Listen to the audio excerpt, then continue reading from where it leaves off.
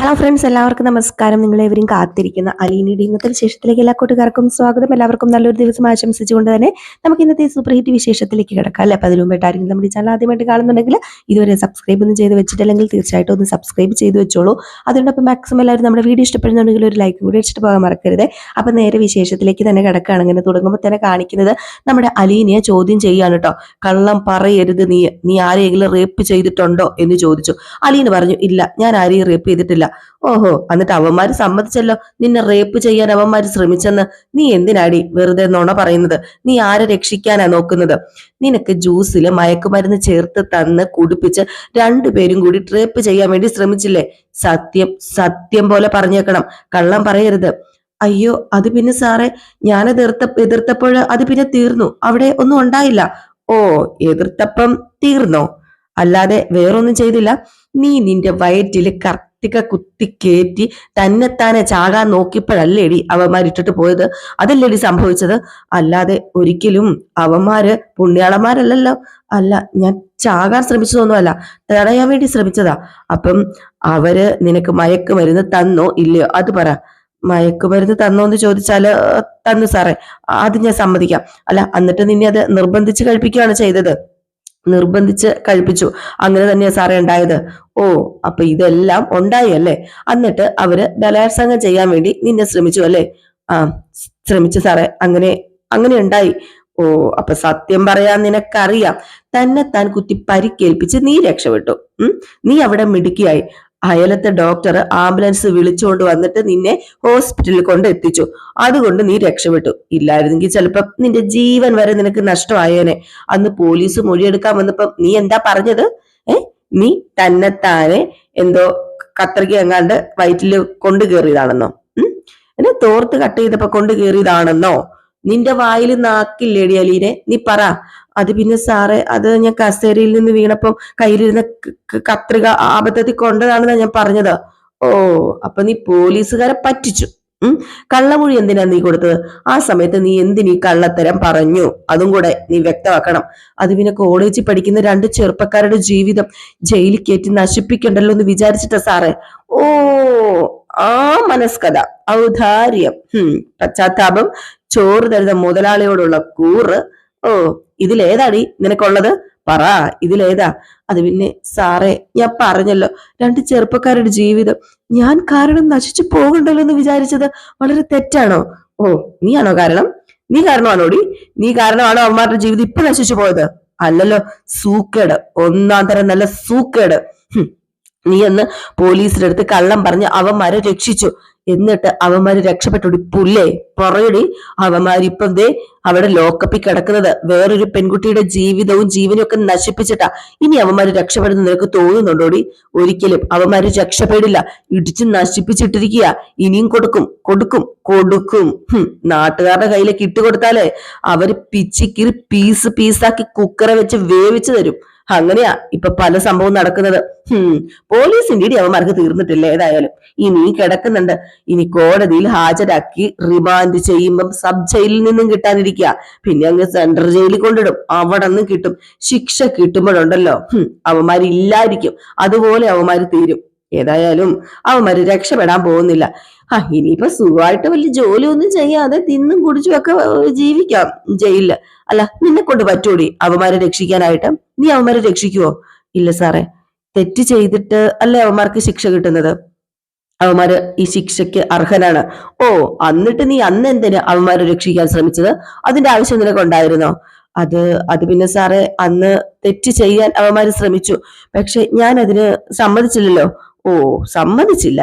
അപ്പം തെറ്റ് ചെയ്താൽ ശിക്ഷ കിട്ടണം, അങ്ങനെയല്ലേ നീ പറയുന്നത്? വേണം വേണം സാറേ, തെറ്റ് ചെയ്താൽ ശിക്ഷ കിട്ടണം. അപ്പൊ തെറ്റ് ചെയ്താൽ ശിക്ഷ കിട്ടണം. ശരി, ഓക്കെ. അപ്പം ഒരു പരാതി ഇങ്ങോട്ട് എഴുതി തന്നേ അലീന. അവര് നിന്നെ റേപ്പ് ചെയ്യാൻ ശ്രമിച്ചു എന്നൊരു പരാതി. അത് എഴുതി തന്നു കഴിഞ്ഞാൽ അവന്മാരെ കൂടുതൽ കൂടുതൽ കൂടുതൽ കുട്ടുക്കുന്ന രീതിയിൽ നമുക്ക് ജയിലിടാനായിട്ട് സാധിക്കും. അപ്പൊ അതുകൊണ്ട് എന്താ ചെയ്യേണ്ടത്?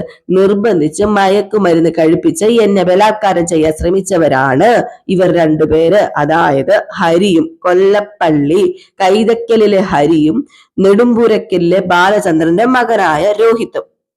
താ എഴുതി താ ഇങ്ങോട്ട് പരാതി. അയ്യോ സാറേ, അതെല്ലാം കഴിഞ്ഞു പോയില്ലേ, ഇനി എന്തിനാ അതൊക്കെ ചെയ്യുന്നത്? അന്ന് നീ പോലീസിനോട് സത്യം തുറന്നു പറഞ്ഞിരുന്നെങ്കിൽ ഇന്ന് അവന്മാര് ആ പെണ്ണിനെ കൂട്ടബലാത്സംഗത്തിനിടെ ഇരയാക്കുമായിരുന്നു. ഇന്ന് അവന്മാര് പോയി ജയിലിൽ കിടന്നേനെ. അന്ന് നിന്റെ അടുത്ത് അവന്മാരുടെ കാവം തീർക്കാൻ പറ്റിയില്ല. അതുകൊണ്ട് അവന്മാര് തീർത്തത് എന്താണ്? വേറൊരു പെണ്ണല്ലേ ഇപ്പം അത് മുഴുവൻ താങ്ങേണ്ടി വന്നത്. ക്രൂരമായാടി ആ പെണ്ണിനെ അവർ ഉപദ്രവിച്ചിരിക്കുന്നത്. നീ കാരണമല്ലടി ഇതൊക്കെ സംഭവിച്ചിരിക്കുന്നത്. അത് അതെന്താ സാറേ ഞാൻ കാരണമാവുന്നത്? ഞാൻ ഇങ്ങനെയൊന്നും സംഭവിക്കണമെന്ന് ആഗ്രഹിച്ചിട്ടില്ല സാറേ, അങ്ങനെ വിചാരിച്ചിട്ട് പോലും ഇല്ല സാറേ. പിന്നെ ഇത് എങ്ങനെ എന്റെ തലയിൽ വരുന്നത്? ഓക്കെ ഓക്കെ, സംഭവിച്ചു പോയി അലീന. പക്ഷേ നീ ഒരു പരാതി എഴുതി തന്നേരെ. പരാതി എനിക്ക് കൊടുക്കണം. പരാതി കൊടുത്ത് അവന്മാർക്ക് കിട്ടാവുന്നതിൽ മാക്സിമം ശിക്ഷ മേടിച്ചു കൊടുക്കണം. അതെ, നീ ഒരു കാര്യം ചെയ്യാം, ഇയാളുടെ കൂടെ പോ, അവിടെ ചെന്ന് റൈറ്ററുടെ അടുത്തുനിന്ന് ഒരു പരാതി മേടിച്ച് അതിലെഴുതി ഒപ്പിട്ടുകൊണ്ട് വരാൻ. അങ്ങനെ നമ്മുടെ അലീന അവിടെ നിന്ന് നേരെ എണീറ്റ് റൈറ്ററുടെ അടുത്ത് പോവുകയാണ്. പക്ഷെ റൈറ്ററുടെ അടുത്ത് ചെന്നിട്ടുണ്ടെങ്കിൽ നമ്മുടെ അലീനയ്ക്ക് പരാതി കാണാൻ കൊടുക്കാൻ പറ്റുമോ? എങ്ങനെ പരാതി കൊടുക്കാനാ? ബാലചന്ദ്രന്റെ മകൻ നമ്മുടെ രോഹിത്തിനെതിരെ പരാതി കൊടുക്കുവോ? പരാതി കൊടുക്കാൻ പറ്റുമോ? സ്വന്തം ആങ്ങളെക്കെതിരെ പരാതി കൊടുക്കാൻ ഏതൊരു പെങ്ങൾക്കും പറ്റുവോ? ഒരിക്കലും പറ്റില്ല. അവിടെ ചെന്നിട്ട് നമ്മുടെ അലീന പറയുന്നത് വേറെ ഒന്നുമല്ല, ഇല്ല സാറേ, എനിക്ക് പരാതി ഇല്ല സാറേ, ഞാൻ പരാതി എഴുതില്ല സാറേ, എനിക്ക് പരാതിയിൽ ഒപ്പിടാനും പറ്റില്ല. പറഞ്ഞല്ലോ, എനിക്ക് പരാതിയില്ല. എന്റെ ശരീരത്ത് ആരും തൊട്ടിട്ടില്ല. എന്റെ ശരീരം നോക്കാനേ എനിക്ക് നന്നായിട്ട് അറിയാം. അതുകൊണ്ട് തന്നെ എനിക്ക് പരാതിയില്ല സാറേ. ഇത് കേട്ടപ്പോഴത്തേക്കും, എന്താ പെങ്കൊച്ച നീ പറയുന്നത്? നിനക്ക് പരാതിയില്ലെന്നോ? നിന്നെ ഒരാൾ റേപ്പ് ചെയ്യാൻ ശ്രമിച്ചു കഴിഞ്ഞാൽ നിനക്ക് പരാതിയില്ലെന്നോ? അപ്പൊ നീ നിന്റെ സമ്മതത്തോടു കൂടി ആയിരുന്നോടി അവന്മാരുടെ അടുത്ത് സുഖിച്ചു നിന്നു കൊടുക്കായിരുന്നോ? അത് പറയടി. അയ്യോ സാറേ, അങ്ങനെയൊന്നും പറയാതെ, ഞാൻ അങ്ങനെ നിന്നു കൊടുത്തിട്ടൊന്നുമില്ല. എന്റെ ജീവൻ രക്ഷിക്കാൻ വേണ്ടി തന്നെയാ കത്രിക ഞാൻ എന്റെ വയറ്റില് കുത്തിക്കേറ്റിയത്. പക്ഷെ എനിക്കൊരിക്കലും ബാലചന്ദ്രൻ സാറിന്റെ മകനെ കോടതി കയറ്റാനോ അവനെ ലോക്കപ്പിലിടാനോ ഒന്നും പറ്റില്ല സാറേ. പ്ലീസ് സാറേ, ഒരിക്കലും ഞാൻ പരാതി എഴുതി തരില്ല. എന്നെ കൊണ്ട് അതിന് കഴിയില്ല സാറേ. അപ്പോഴത്തേക്കും തന്നെ ആ എസ് ഐയുടെ സ്വഭാവം അങ്ങ് മാറിയിട്ടോ. എന്നിട്ട് പറഞ്ഞു, നിന്നെ മയക്കുമരുന്ന് കുടിപ്പിച്ച് ബലാത്കാരം ചെയ്യാൻ ശ്രമിച്ചു, അതിനുള്ള പരാതി അത് എഴുതിയേ പറ്റൂ നീ. അത് സാറേ, ഞാൻ അത് അന്നേ ക്ഷമിച്ചതാ.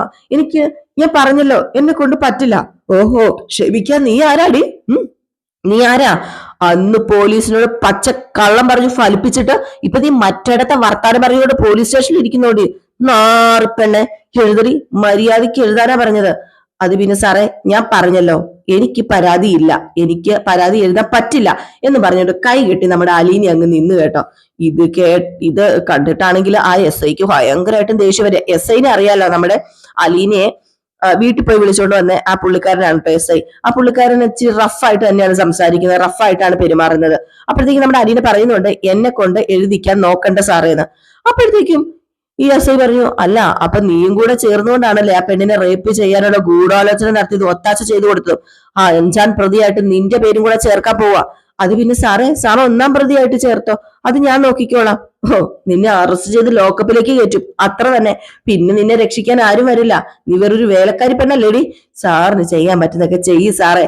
എനിക്ക് നല്ല ചങ്കൂറ്റം ഉണ്ട് സാറേ, ഞാന് തെറ്റ് ചെയ്തിട്ടില്ല. ദേ, എനിക്ക് മനസ്സിലായി. തന്തയും മോനെയും അടക്കി വെച്ച് കാശ് വാരിക്കൊണ്ടിരുന്ന നിനക്കിപ്പൊ പരാതി തരാൻ മടിയല്ലടി. തന്തയും മോനും ഒരുപാട് സുഖിപ്പിച്ച് കാണുമല്ലോ അല്ലെ? ഭാഗ്യ ബാലൻസ് ഒരുപാട് കാണുമല്ലോ അല്ലെ? സാറ് കുറച്ചും കൂടെ മര്യാദയ്ക്ക് സംസാരിക്കാം.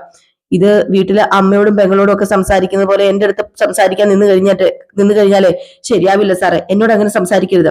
അപ്പോഴത്തേക്കും അപ്പുറം നിന്ന് കോൺസ്റ്റബിളിനോട് പറഞ്ഞു, അതായത് ഒരു വനിതാ പോലീസിനോട് പറഞ്ഞു, കീർത്തി, ദേ ഇവളാണ് മയക്കുമരുന്ന് കലക്കി കൊടുത്തയച്ചത്, ഇവക്കും അതിൽ പങ്കുണ്ട്, ഇവളെയും കൂടെ പ്രതി ചേർത്തതെന്ന്. കാരണം ഭീഷണിപ്പെടുത്തുന്നതാണ് കേട്ടോ നമ്മുടെ അലീനയെ.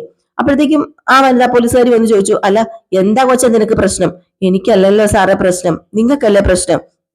ഇവളെ ലോക്കപ്പിന്റെ മുമ്പിൽ കൊണ്ട് നിർത്ത്, പരാതി എഴുതി ഒപ്പിട്ട് തന്നതിന് ശേഷം ഇവളെ വിട്ടാൽ മതി, അല്ലാതെ ഇവളെ വിടണ്ട. അപ്പോഴത്തേക്ക് കീർത്തി എന്ന് പറയുന്ന ആ പോലീസുകാരി നമ്മുടെ അലീനെ വിളിച്ച് കൂട്ടിക്കൊണ്ട് പോവാണ്. അലീനെ സൂക്ഷിച്ച് തന്നെ ആ പോലീസുകാരനെ നോക്കുന്നുണ്ട് കേട്ടോ. അടിമുടി പോലീസുകാരൻ നമ്മുടെ അലീനെ നോക്കുന്നുണ്ട്. കാരണം തെറ്റ് ചെയ്യാതെ ശിക്ഷിക്കപ്പെടുക എന്ന് പറഞ്ഞിട്ടുണ്ടല്ലോ, അതൊരിക്കലും സഹിക്കാൻ പറ്റുന്ന കാര്യമല്ലല്ലോ.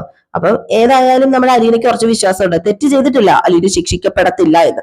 അതിന്റെ ആ ഒരു ആത്മവിശ്വാസം നമ്മുടെ അലീനയുടെ മുഖത്ത് ജ്വലിച്ച് നിൽക്കുന്നത് നമുക്ക് കാണാനായിട്ട് സാധിക്കുവേ. ഈ സമയത്ത് ലോക്കപ്പിന്റെ ഫ്രണ്ടിൽ കൊണ്ടുപോയി നിർത്താൻ നേരത്ത് ആ വനിതാ പോലീസുകാരോട് ചോദിക്കുന്നുണ്ട് അലീന, എന്തിനാ എന്നെ ശിക്ഷിക്കുന്നത്? ഞാൻ എന്ത് തെറ്റാ ചെയ്തത്? ഓ, നീ പരാതി ഒന്നും തരാൻ തയ്യാറല്ലല്ലോ, അപ്പൊ തന്നെ ശിക്ഷിക്കൂടി എന്ന് പറയുന്നുണ്ട്. എന്നിട്ട് വനിതാ പോലീസുകാരി അങ്ങ് പോവാണ്. പിന്നെ നമ്മുടെ അലീന അവിടെ നിൽക്കുന്നു. ലോക്കപ്പിന്റെ ഫ്രണ്ടിലാണെന്ന് ഓർക്കണം. ലോക്കപ്പിനകത്ത് നമ്മുടെ രോഹിത് ഹരിയും ഉണ്ട് കേട്ടോ. ഏതായാലും അങ്ങോട്ടേക്ക് നോക്കാനുള്ള ആ ഒരു മാനസികാവസ്ഥയിലല്ല നമ്മുടെ അലീന. ഏതായാലും ഈ സമയത്ത് രോഹിത് ഭയങ്കര വിഷമത്തോടു കൂടി ഇരിപ്പുണ്ട്. ഹരിയുടെ മുഖത്ത് വെറും ഭാവമാട്ടോ. നമ്മുടെ ഹരി ആണെങ്കിൽ സത്യം പറഞ്ഞു കഴിഞ്ഞിട്ടുണ്ട് ഒരു ചെറിയ ചിരിയോട് കൂടി നിൽക്കാം. അപ്പൊ ഈ സമയത്ത് നമ്മുടെ അലീന വെറുതെ നമ്മുടെ രോഹിത്തിനെ ഒന്ന് നോക്കുന്നുണ്ട്. ഒന്ന് കണ്ണൊന്ന് അങ്ങോട്ടായി പോവുക. പക്ഷെ രോഹിത്തിന്റെ മുഖമൊക്കെ കണ്ടു കഴിയുമ്പോഴത്തേക്കും ഒരുപാട് സങ്കടം തോന്നുക. ഈ സമയത്ത് നമ്മുടെ അലീന അവിടെ ഇരിക്കുന്നത് കണ്ടിട്ട് ഹരിക്ക് ഭയങ്കര ഒരു ചിരിയും.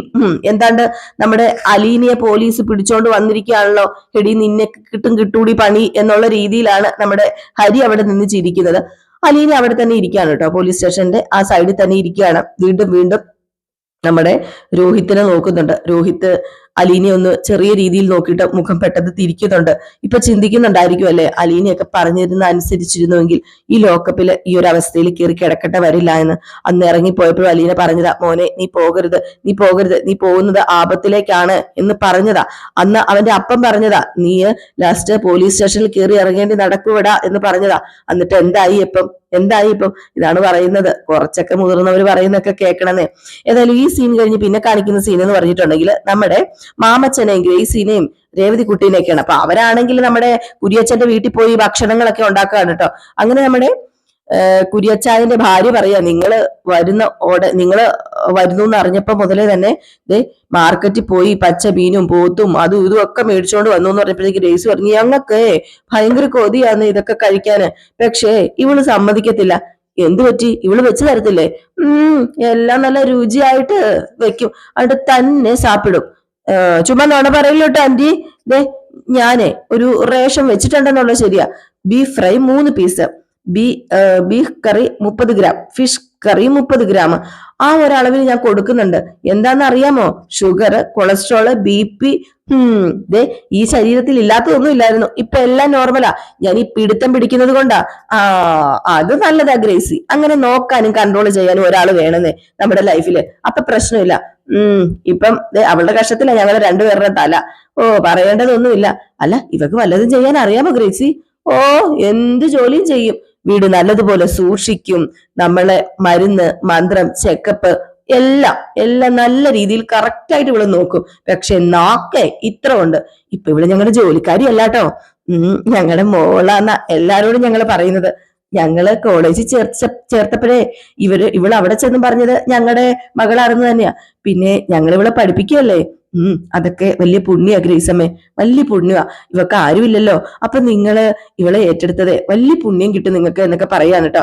ഏതായാലും ഈ സമയത്ത് പച്ചക്കറിയും സാധനങ്ങളൊക്കെ അരിയും പറക്കുകയൊക്കെ നമ്മുടെ അരീന സ്റ്റേഷനിൽ ഇരിക്കുക. ഇവിടെയാണെങ്കിൽ പച്ചക്കറി സാധനം അരിഞ്ഞു പിറക്കി മറ്റേ പുള്ളിക്കാരൻ വരുന്നവരെ വെയിറ്റ് ചെയ്യണമല്ലോ, അതുകൊണ്ടായിരിക്കാം. ഏതായാലും അങ്ങനെ അവർ രണ്ടുപേരും വരുന്നുണ്ട് കേട്ടോ. നമ്മുടെ കുരിയച്ഛന്റെ മകളും അതുപോലെ മരുമകനും ഒക്കെ വരികയാണ്. അവര് വന്നിട്ട് സംസാരിക്കുകയാണ്, അങ്ങോട്ടും ഇങ്ങോട്ടും സംസാരിക്കുന്ന ഒരു സീനൊക്കെ കാണിക്കുന്നുണ്ട് കേട്ടോ. ഏതായാലും ഇത് കഴിഞ്ഞ് പിന്നെ കാണിക്കുന്ന സീൻ എന്ന് പറഞ്ഞിട്ടുള്ളത് നമ്മുടെ ബബിതനെയാണ്. ബബിത ഫോണിൽ കുത്തി എന്തൊക്കെയോ ചെയ്തുകൊണ്ടിരിക്കുകയാണ്. അപ്പോഴത്തേക്ക് നമ്മുടെ കൃഷ്ണമോൾ അങ്ങോട്ട് വന്നിട്ട് നോക്കിയപ്പോഴത്തേക്കും ഫോണിൽ ഇങ്ങനെ മെസ്സേജ് അയച്ചുകൊണ്ടിരിക്കുക. ഇന്ന് എനിക്ക് പുറത്തിറങ്ങാൻ തോന്നുന്നില്ല, ഞാനും കൃഷ്ണനും മാത്രമേ ഉള്ളൂ, അത് മാത്രമല്ല വേറെ കുറെ പ്രശ്നമുണ്ടെന്ന്. അപ്പൊ ഇത് നമ്മുടെ കൃഷ്ണമോൾ മാറി നിന്ന് കേൾക്കുന്നുണ്ട്. ഒരെണ്ണം ഇപ്പൊ പോലീസ് സ്റ്റേഷനിൽ പോയി കിടക്കുക, അതൊന്നും പോരാ. അപ്പോഴത്തേക്കും നമ്മുടെ അമൽ ചോദിക്കുകയാണ്, എന്നാ പിന്നെ ഞാൻ അങ്ങോട്ടേക്ക് വരട്ടെ, നിങ്ങൾ രണ്ടുപേരും മാത്രമല്ലേ ഉള്ളൂ, അലീന ഇല്ലല്ലോ അല്ലേ അവിടെ എന്ന്. ഇത് കേട്ടതും നമ്മുടെ ബബിതയുടെ മുഖത്തൊരു ചെറിയ നാണമൊക്കെ വരികയാണ്. അപ്പോഴത്തേക്കുമാണ് നമ്മുടെ ബബിത നോക്കിയപ്പോഴത്തേക്കും കൃഷ്ണമോളെ കണ്ടത്. പെട്ടെന്ന് ബബിതയുടെ മുഖഭാവം അങ്ങ് മാറിയിട്ട് കൃഷ്ണമോളല്ല നമ്മുടെ ബബിത ചോദിച്ചു, അല്ല നീ എന്തിനാ ഇവിടെ ഒളിച്ചു വന്ന് നിൽക്കുന്നത്? റൂമിലേക്ക് വരുമ്പോ ചുമച്ച് ശബ്ദം ഉണ്ടാക്കിയൊന്ന് വരണ്ടേ? ഇങ്ങനെ പതുങ്ങി വന്ന് നിൽക്കുന്നതാണോ മര്യാദ? ഒരു മര്യാദക്കാരി. അച്ഛനും അമ്മയും ഹോസ്പിറ്റലില്, ചേട്ടൻ ചേച്ചി പോലീസ് സ്റ്റേഷനില്. കാമുകനോട് സൊല്ലാൻ പറ്റിയ സമയം ഒരു വലിയ മര്യാദക്കാരി വന്നിരിക്കുന്നു. കൃഷ്ണമോളെ, എന്റെ കാര്യത്തിൽ ഇടപെടരുത്, ഞാൻ ചൊല്ലും. നിനക്ക് നഷ്ടമൊന്നുമില്ലല്ലോ. ഞാൻ എന്റെ ഫോണും കൊണ്ട് എന്റെ വായും കൊണ്ട് ചൊല്ലുന്നു. എന്റെ കാര്യത്തിന് തലയിടാൻ വരണ്ട. ദേ ചേച്ചി, ഞാൻ പറയട്ടെ ഒരു കാര്യം, അവനോട് വരാൻ പറ. അവന്റെ തലയിൽ കൂടെ മണ്ണെണ്ണ ഒഴിച്ച് ഞാൻ കത്തിക്കും. ഈ വീട്ടിൽ ഇത്ര പ്രശ്നം ഉണ്ടായിട്ട് വല്ല കൂസലും ഉണ്ടോ ചേച്ചിക്ക് നാണമില്ലേ ചേച്ചി ഇങ്ങനെ നിൽക്കാനായിട്ട്? അച്ഛന്റെ കാര്യം എന്തായെന്ന് അന്വേഷിക്കുക, അമ്മയൊന്ന് ഫോൺ വിളിച്ച് തിരക്കുക, ഗോവർദ്ധൻ അങ്കിളിനെ വിളിച്ച് രോഹിട്ടന്റെ കാര്യത്തില് എന്നതാ ചെയ്യണമെന്ന് ചോദിക്കുക. ഇതൊന്നും പറ്റത്തില്ല. നേരെ കാമുകന് മെസ്സേജ് അയച്ചിരിക്കുന്നു, കിട്ടിയ നേരത്തിന് മുടിത്തലേനെ വിളിച്ചിട്ട് വരാൻ പറയുന്നു. നാളുണ്ടോ? അവനെ കണ്ടാ മതിയല്ലോ. പിന്നെ ഈ സൂക്കേടിന് ശരിക്കുള്ള പേരെന്താണെന്ന് ഞാൻ പറയുന്നില്ല. നീ ഒന്ന് പറഞ്ഞോടി, ആ സൂക്കേടിന്റെ പേര് നീ ഒന്ന് പറഞ്ഞേ, ഞാനൊന്ന് കേക്കട്ടെ. വേണ്ടാതീനെ പറഞ്ഞാലുണ്ടല്ലോ നിന്റെ ചെവിക്കല് ഞാൻ അടിച്ചു പൊട്ടിക്കും. നീ എന്ത് കുഞ്ഞിലടി, എന്നിട്ടാണ് നിന്റെ വായി ഈ വർത്താനമൊക്കെ വരുന്നത്. കുഞ്ഞിലാണെങ്കിലും കാര്യങ്ങളൊക്കെ മനസ്സിലാക്കാനുള്ള കഴിവ് എനിക്കുണ്ട്. ഞാൻ ബാലചന്ദ്രന്റെ മോളാ. പൊട്ടിക്ക്, എനിക്കിട്ട് രണ്ടെണ്ണം പൊട്ടിക്കണമെങ്കിൽ നീ പൊട്ടിക്ക്. വാ ചേച്ചി എന്ന് പറഞ്ഞപ്പോഴത്തേക്കും നമ്മുടെ ബബിത ഓടി ചെന്നിട്ട് വാതിൽ അങ്ങോട്ട് അടയ്ക്കുകയാണ് കേട്ടോ. ഏതായാലും നമ്മുടെ ബബിത സത്യം പറഞ്ഞ ആള് ശരിയൊന്നുമല്ല. ബബിതയ്ക്ക് ഈ ഒരു സമയത്ത് ചെയ്യേണ്ട കാര്യമല്ല ബബിത ചെയ്യുന്നത്. ഈ ഒരു സമയത്ത് നമ്മുടെ കൃഷ്ണമോൾക്ക് ഉണ്ടാകുന്ന വിഷമം എന്താണെന്ന് നമുക്ക് പറഞ്ഞാൽ മനസ്സിലാകുന്ന കാര്യമല്ലേ ഉള്ളൂ അല്ലെ? അയ്യോ, ആ കൊച്ചു അവിടെ നിന്ന് പൊട്ടിക്കരയാണ് കേട്ടോ. ആ കൊച്ചിന് എന്ത് ചെയ്യാൻ പറ്റും? ആ കൊച്ചിന് എന്തെങ്കിലും ചെയ്യാൻ പറ്റുമോ? സമാധാനിപ്പിക്കാൻ ആരും ഇല്ല. അങ്ങോട്ടും ഇങ്ങോട്ടും സമാധാനിപ്പിക്കേണ്ട സമയമല്ലേ ഇത്, ചേച്ചി അനീതിയും കൂടി. പക്ഷെ സമാധാനിപ്പിക്കാൻ ആരുമില്ല. ആ കുട്ടി അവിടെ ഇരുന്ന് കരയാട്ടോ. ഏതായാലും ഇത് കഴിഞ്ഞിട്ട് പിന്നെ കാണിക്കുന്ന സീൻ നമ്മുടെ കുര്യച്ചനെ ഫാമിലിനെ തന്നെയാണ്. അവിടെ ഭയങ്കര ചർച്ച നടന്നുകൊണ്ടിരിക്കുക, നമ്മുടെ അലീനനെ രക്ഷിക്കാനുള്ള ചർച്ച. മാമച്ചനും ഗ്രേസിയും രേവതിയൊക്കെ ഉണ്ട്. അപ്പം അലീനയുടെ ക്യാരക്ടറും കാര്യങ്ങളും ഒക്കെ ഇങ്ങനെ പറഞ്ഞ് മനസ്സിലാക്കുകയാണ്. ഏതായാലും അലീനയെ രക്ഷിക്കാനായിട്ട് ഉടനെ തന്നെ എത്തുമായിരിക്കും. ഇപ്പൊ കാത്തിരുന്ന് തന്നെ കാണാം. ഈ ഒരു ഭാഗം കാണിച്ചിട്ടോ ഇന്നത്തെ വിശേഷം അവസാനിക്കുന്നത്. അപ്പൊ എല്ലാവരും കാത്തിരിക്കും അടുത്ത വിശേഷത്തിനായിട്ട്. അടുത്ത വിശേഷമായി എത്രയും പെട്ടെന്ന് വരാം. Bye bye. ലൈക്ക് അടിക്കാൻ മറക്കരുത്.